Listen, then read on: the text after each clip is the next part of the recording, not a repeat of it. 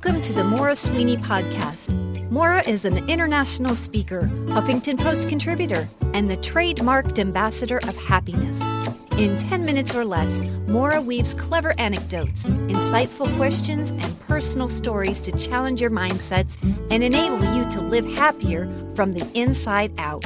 Here's Maura with today's podcast for you. Are you a person of integrity, or are you busy judging everyone else's? Well, if you're on a path to living happy from the inside out, definitely pay attention to today's podcast question. Are you a person of integrity, or are you busy judging everyone else's lack of it? Let's start with the word itself, integrity. What exactly does that mean, and how does it relate to each one of us? Well, for one thing, integrity is the quality of being honest. It's also having strong moral principles, and it's a form of moral uprightness. More than that, integrity is the state of being whole, W-H-O-L-E, and undivided, meaning completely unified, so that no matter where you look, no matter what you're thinking about, your methodology of thought and behavior is always the same. It's always consistent. It's always unified. It's not divided. Now, this is where I want to go. Are you that person of integrity? Do you think that way on the inside, and do you operate that way on the outside? Let's talk about integrity in ways that is being so affected and impacted in today's society. Not that it's been any different in the past. It just seems to be reaching a crescendo. A few years ago, I remember a friend saying to me when her kids were all in school, "Maura, I wish they would send all of these Asian kids back home." And I said to her, "What are you referring to?" Now, my friend, white girl living in a middle to upper middle class neighborhood, and she was going about her business with 3 kids who happened to be of school age. And apparently a group of Asians was moving into her town. And these were parents that put a lot of emphasis on education. She said, "Maura, these Asian kids are doing so well in math and science. They're making my average kids look less than average. They're ruining the bell curve." And she said, "You realize if they go home, then my kids look better." I laughed at her and I said, "Oh, come on, you don't mean that." I said, "Good for them that they do well in math and science." I said, "But your kids do well in other things too. Don't try to send somebody else home because you feel threatened." She laughed, but she still felt adamant about that thought process.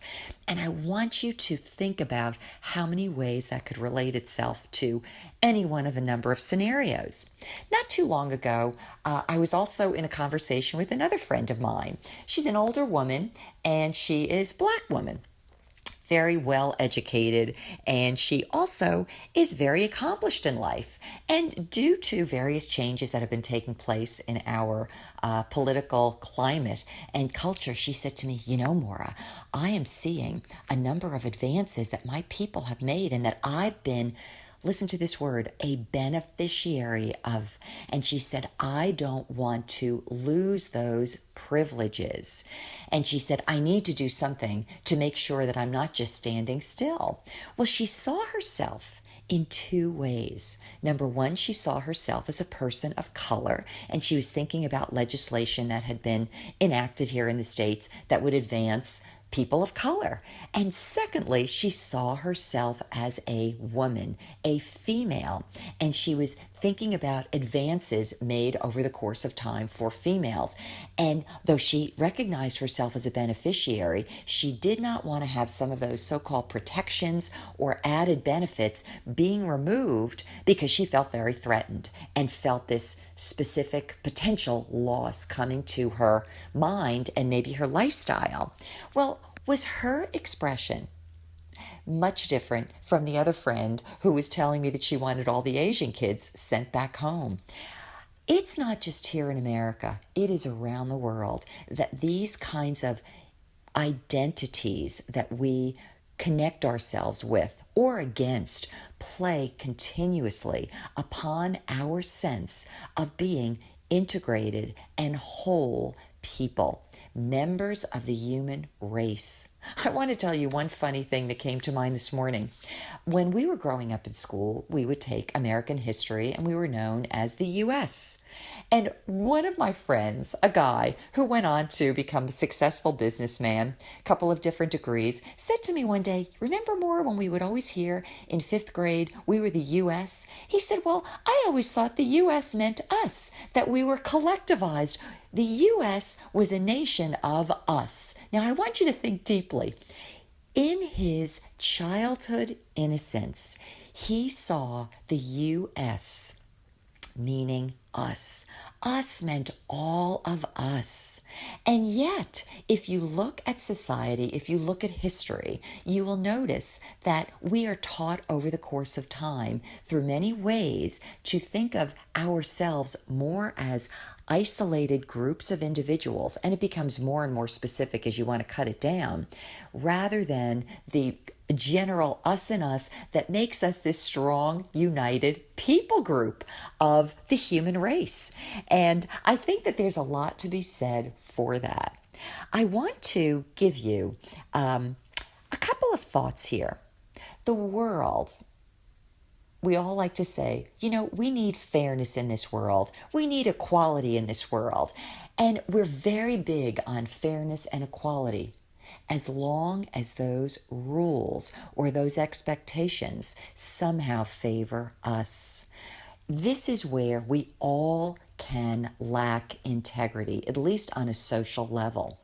If we're really honest with ourselves, if we're really people that see ourselves whole and undivided, no matter how we look at things, we will truly say, wait a minute, am I willing to look at this situation as a human being who wants to just be the best I can be from the inside, to exercise the best of who I am and not to identify myself with a gender, a color, a culture, a religion, an economic group, a part of the country? It doesn't matter.